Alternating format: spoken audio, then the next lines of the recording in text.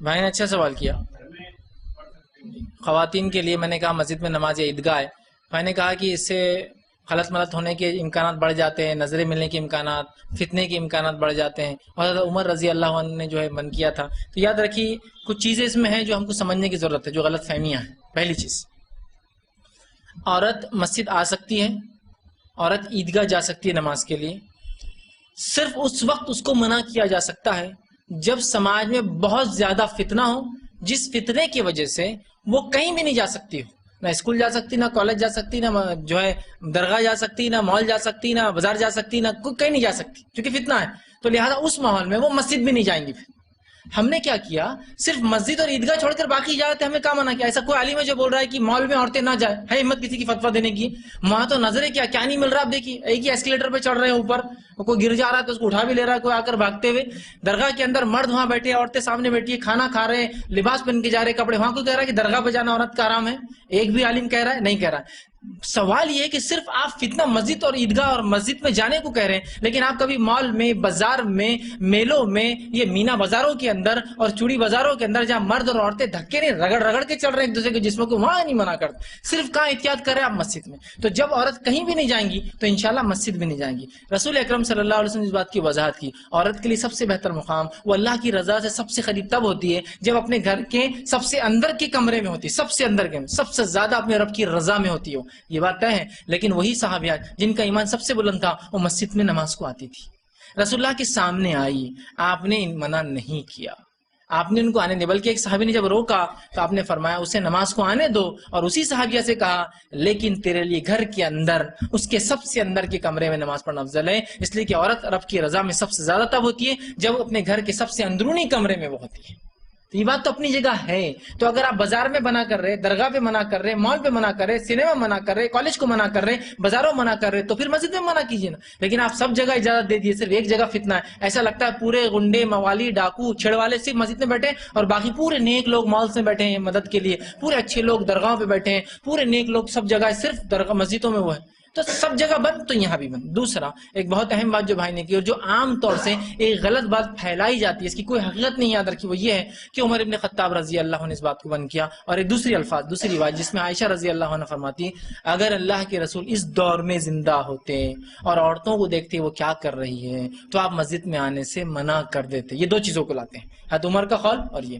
سب سے پہلی چیز، عمر ابن خطاب رضی اللہ عنہ سے کوئی قول ثابت نہیں عورتوں کو مسجد میں آنے کی ممانعت کرنے کا، کوئی قول ثابت نہیں ہے.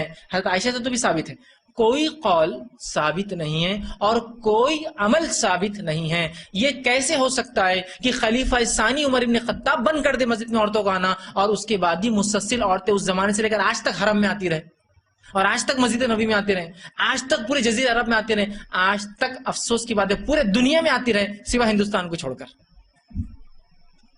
آپ رشیا جائیے عورتیں نماز کو مسجد میں آتی ہیں، آپ امریکہ جائیے عورتیں نماز کو مسجد میں آتی ہے، آپ پورے خلیج ممالک جائیے عورتیں نماز کو مسجد میں آتی ہیں، آپ پورے افریقہ میں جائیے عورتیں نماز کو مسجد میں آتی ہے. آج بھی صرف یہ بر صغیر ہندوستان، پاکستان اور بنگلہ دیش میں شاید پورے گنڈے، موالی، چھیڑ چھاڑ کرنے والے، فتنے کرنے والے موجود ہیں.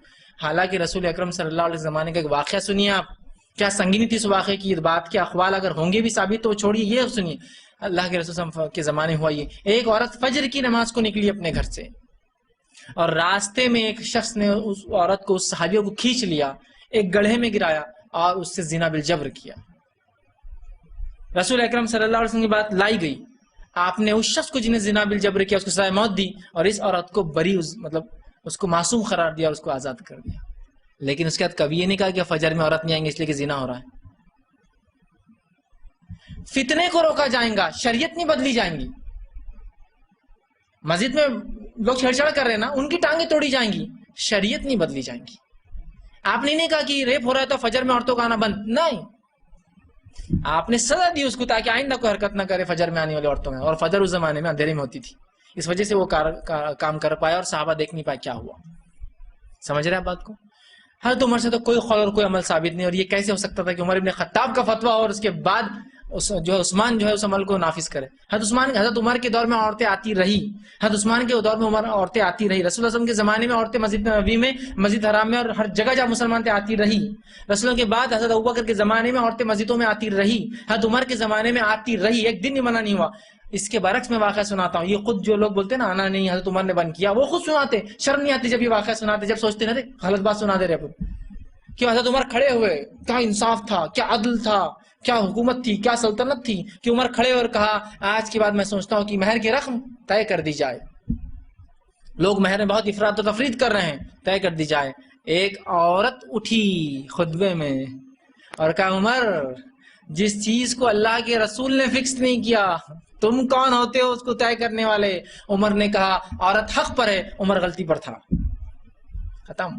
یہ واقعہ تو سناتے ہیں, تو تھوڑا سوال یہ آ رہا کہ وہ عورت آئی کیسے تھی عمر کے دور میں جو عمر نے بند کرا دیا تھا رضی اللہ عنہ. کیا کہا آپ نے, عورت حق پر ہے, عمر غلط تھا. عورت بیٹھ گئی, پردے میں تھی اپنی جگہ, لیکن کہا اس نے اٹھ کر کہ قرآن میں اللہ نے کہا کہ اگر تم کسی کو قنطار خزانہ بھی دے دو, ایک بہت بڑا سونے کا پہاڑ بھی دو اگر مہر میں, تو واپس نہ لو, تو تم کون ہوتے عمر. اور رسول اللہ نے جس چیز کو طے نہیں کیا کہ تم طے کرو, عمر کہا عمر غلط ہے, عورت صحیح ہے. تو آتی رہی. عثمان ابن عفان رضی اللہ عنہ دور میں عورتیں مسجد نبوی اور دیگر مساجد میں آتی رہی. اس کے بعد علی بن ابی طالب کے دور میں آتی رہی. خلفاء راشدین کے بعد دیگر ادوار میں آتی رہی, اور اس دور سے رسول اللہ صلی اللہ علیہ وسلم کے لے کر آج تک آتی ہے. صرف ہم نے بند کر دیا. شاید گنڈے موالی پورے یہاں گئے تھے وہاں پر بر صغیر میں, اور چھیڑ چھاڑے پورے ہی کر رہے تھے, چونکہ عرب سے ہکالے گئے ہوں گے تو یہاں آ کے چھیڑ چھاڑ کر رہے. امریکہ سے ہکالے گئے ہوں گے تو یہاں آ کے جمع ہوئے چھیڑ چھاڑ کی. تو چھیڑ چھاڑ کو تو اور موقع ہی نہیں عورت کو, صرف مسجد تو ایک موقع ہے چھیڑنے کا, اور کہاں ہے کوئی چھیڑنے کا موقع. حالانکہ وہاں تو باپ پردہ آ رہی ہے, پورے پردے میں آ رہی ہے, ایک دینی تقریب میں آ رہی ہے. تو ایک جذبہ ہوتا ہے انسان کے اندر, اسپرچول جس کو بولیں گے, ایک جذبات ہوتے ہیں کہ دینی. جبکہ مالس میں, ہوٹلوں میں, تھیٹرز میں, میلوں میں اس میں کوئی جذبے ہوتے ہیں کہ وہاں تو دکھانے کو جایا جا رہا ہے, وہاں تو بتا نہیں جاتے, وہاں تو آپ اجازت دیتے ہیں. جو علماء یہ کہتے ہیں کہ عورت مسجد نہیں جائیں گی ہندوستان کے ماحول میں فتنے کی وجہ سے, میں ان سے گزارش کروں گا یہ فتویٰ بھی ضرور دے کہ مالس میں بھی نہیں جائیں گی, بازار میں بھی نہیں جائیں گی, درگاہ پر بھی نہیں جائیں گی, بازاروں میں جہاں مرد عورتیں ساتھ ہوتے ہیں, رمضان کی کسی بازار میں نہیں جائیں گی, عیدین کی کسی میلے میں نہیں جائیں گی, کسی میلے ٹھیلے اور کسی پروگرام میں نہیں جائیں گی. یہ بھی دے دے تو میں تسلیم کر لوں گا کہ بھائی یہ بھی پھر سے سب جگہ چھوڑ کر ایک جگہ بند کرنے سے یہ جو فقدان علم کا آج ہے, عمل کا ہے, یہ اسی وجہ سے بھرا لا رہا ہے. تو بھائی نے ایک سوال کیا کہ مسجد میں عورتیں اور آدمیوں کو الگ کرتے, تو ہاں مانا یہی ہے, عورتوں کی مسجد الگ رہتی ہے, آدمیوں کی الگ مسجد رہتی, امام ایک رہتا بس. ایک ساتھ پڑھنے کا مطلب یہ نہیں کہ ایک جگہ. اب حرم میں چونکہ بہت مشکل ہوتا ہے ان کو مینٹین کرنا, ویسے وہ کرتے ہیں, مسجد نبوی میں تو انہوں نے الگ ہی کر کے رکھا. تو نماز مرد عورتیں اگر مسجد میں نماز پڑھیں گی تو اس کا ہرگز یہ مطلب نہیں ہے کہ ساتھ پڑھیں گی. عورتیں اگر مردوں کے ساتھ نماز پڑھیں گی کا مطلب یہ مردوں کی مسجد ہوں گی, عورتوں کی مسجد ہوں گی, امام ایک ہوں گا, دونوں ایک کے پیچھے چلیں گے.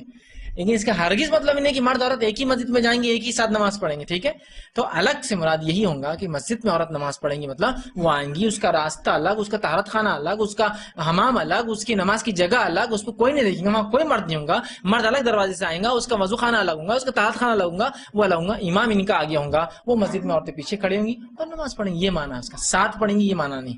حرم میں جو ہوتا ہے وہ مجبوریوں کے تحت ہوتا ہے, مسجد نبوی میں چونکہ ایک نظم ہے تو وہاں مینٹین کر پاتے ہیں. حرم میں لاکھوں لوگ ہیں تو کیا ہوتا ہے, عورتیں ایک گروپ بنا لیتی ہے اپنا, 100 200 400 مل گئی تو وہ جماعت کھڑی کر دیتی ہے وہاں. اور چونکہ اتنی تعداد ہے کہ وہاں ممکن ہی نہیں ہوتا کبھی, تو محرم کیا کرتا ہے, عورت کی ادھر سے کھڑے کر کے کھڑے ہوتا ہے, اس کی محرم ادھر رہتی ہے ادھر, اور ادھر پوری عورتیں دوسری کھڑی ہوئی رہتی. ٹھیک, تو وہاں وہ ہو جاتا ہے مسئلہ. لیکن عام اعتبار سے ایسا نہیں ہوتا ہے. عام دنوں میں آپ مسجد حرم میں بھی جائیں گے تو ان کا الگ ہے, صف الگ ہے, سب الگ ہے. اور مسجد نبوی میں تو ہر بار ہی ان کا الگ سسٹم ہوتا ہے.